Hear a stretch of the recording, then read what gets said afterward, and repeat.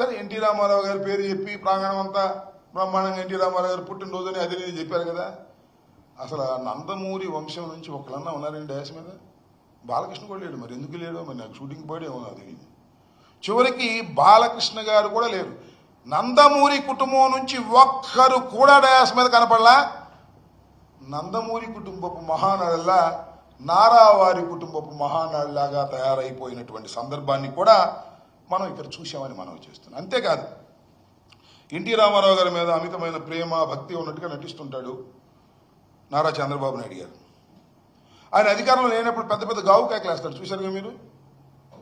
NT Ramarao గారి భారతరత్న ఇవ్వాలి అని. అయ్యా చంద్రబాబు నాయుడు గారు, మీరు కేంద్ర ప్రభుత్వంలో భాగంలో ఉన్నారు, మోడీ గారు మీ అవసరంతో ఉన్నాడు, మరి భారతరత్న గురించి మాట్లాడేంటండి? ఆయన చేత ఆర్టిఫిషియల్ ఇంటెలిజెన్సీతో మిమ్మల్ని పోడించుకోవడమే తప్ప పాపం చనిపోయిన ఆయన, ప్రాణం లేని ఆయన, పైలోకాల్లో ఉన్నాయన ఆయన చేత పోడించుకోవడమే తప్ప